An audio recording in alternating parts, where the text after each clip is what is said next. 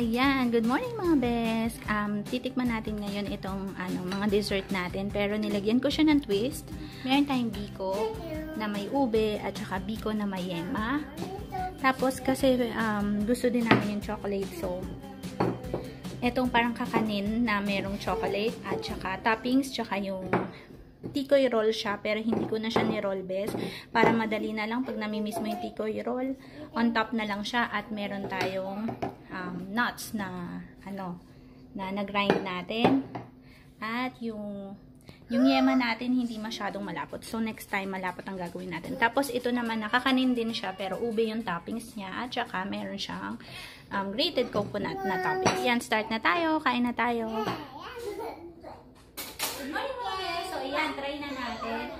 Iba yung flavors ng mga yan, pero nakakamiss din kasi, lalo na yung mayema. What do you want to try first? This one. Okay, this one. This is called ube. Ube. Eating on your plate. No. No, I want that. I think Hannah wants peanut butter. You don't like this one? Gusto ni Hannah, best chocolate. Ayan. This one first. Okay. I'll add more. You know what? I'm sure you will like the one with yema. This one. I will give a little bit. Ayan. Feeling ko magugustuhan nila to be yung may yema. Yeah. Taste. Mas maganda pala to kapag malapot siya, bes. The one with yema is really good. You wanted that one, Mommy? You want this?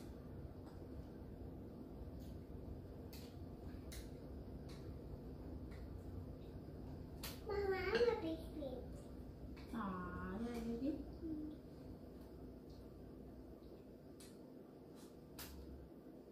Thank you. Thank you.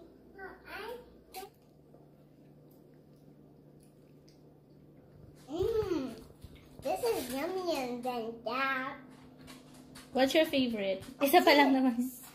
I think you love yema. Do you like this one? No, I like this one. Oh, the one with ube. Is it yum? Mm-hmm.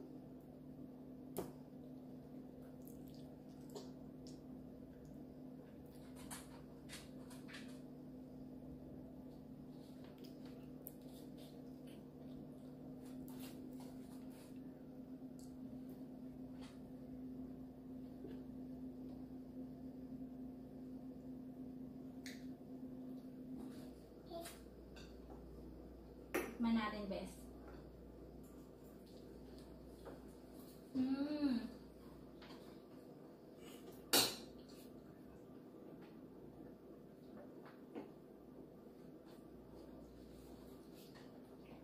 This is yummy. I didn't see this. Ang sarap ng may yema, best.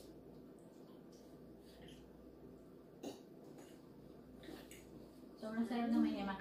Konti lang kakainin ko kasi ang hirap mag-diet.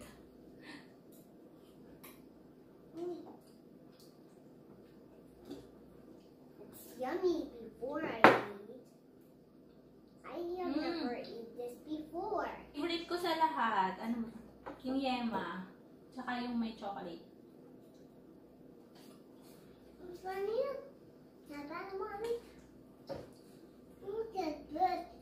Tikman natin yung may peanut butter. Peanut butter. Ito best, ito yung tinitikoy roll. Kasi sa tikoy roll, pagka-steam mo nitong white, kailangan, i-flat mo kaagad siya, tapos lalagyan mo na ng peanut butter sa loob.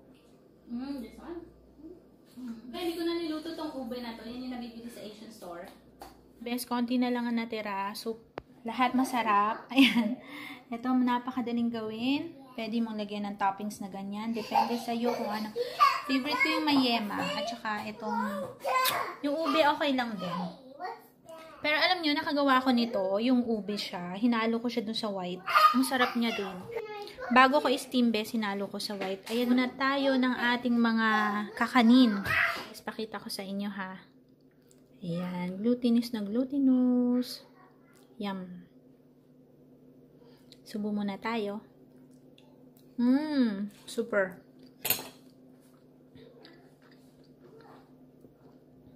Yung may biko, ang sarap din. Lalo pag minsan mo lang bes nakakain. Nakakamiss, no? Ang maganda sa kanya kasi madali na lang pala siyang gawin.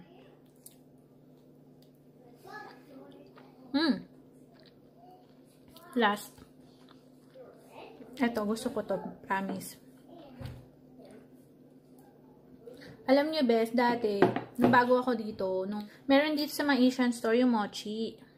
Iba rin kasi yung lasa nila, bes, eh. Yung gusto ko talaga, yung parang ganito, yung parang kakanin, parang sapin-sapin siya. Yan. Pero okay lang sa akin kahit yema ang nakalagay sa kanya. Ito, super sarap nito, bes.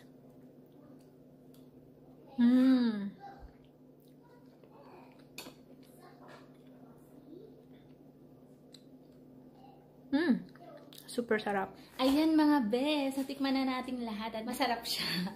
Ayan, kapag malayo ka sa Pilipinas at nag-crave ka ng mga ng mga kakanin, napakadali lang niyang gawin. Mag-steam ka lang ng glutinous rice o yung malagkit na bigas nga kung nababad siya. Tapos haluan mo na ng coconut milk at ng sugar. Depende sa panlasa mo na sugar kung gaano katamis. Tapos, steam mo lang siya, bes. Ganun lang kadali. Tapos, may biko. Madali lang naman gawin yun. Niluluto lang siya sa gata na may, diba? May brown na sugar. Kanina, wala akong brown sugar. Ang ginamit ko, bes, is honey. Ayun. White sugar lang meron kami. So, hindi mag-change yung color ng biko natin. Yung latik naman, hindi na ako gumawa ng latik kasi wala na akong oras para gumawa ng latik. Pero napakadali lang din gawin ng latik, diba? Yung kababata ko, ang sabi niya, gata raw. Dito kasi wala kami dyan sa Pilipinas. Sa Pilipinas maganda talaga gamitin yung mga latik. Dito, yung nakakan, pwede rin. Hinaan mo lang yung apoy. Tapos hintayin mo lang siyang magkaroon ng latik. Ayan. So, sana na-enjoy niyo ang aming vlog. Ngayon? Actually, Tuesday ngayon. Hopefully, Tuesday ko siya ma-post. August, ngayon dito sa amin? August 11. Ayan. So, thank you for watching. Please don't forget to subscribe. At click mo na rin notification bell.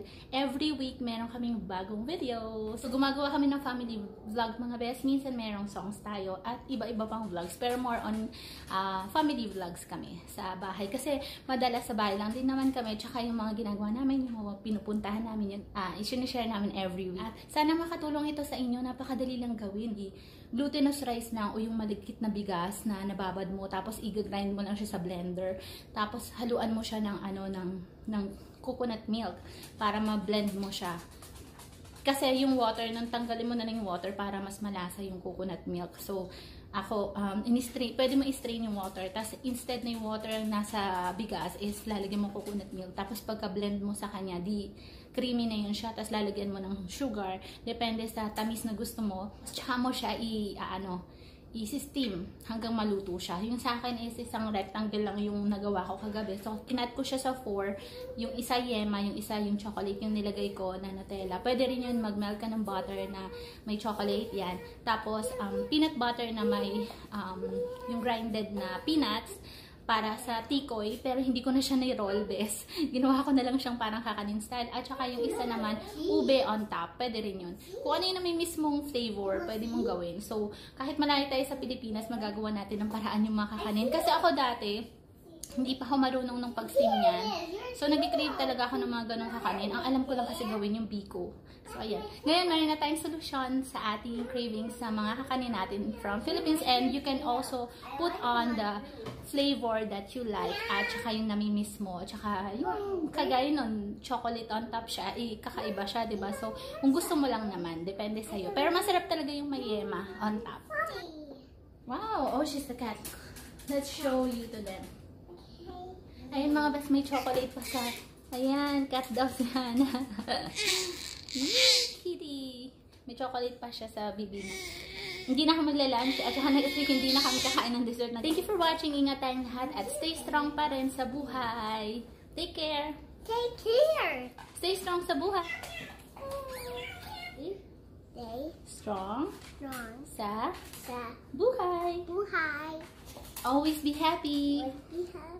Thank you for watching. Thank you for watching. Take care.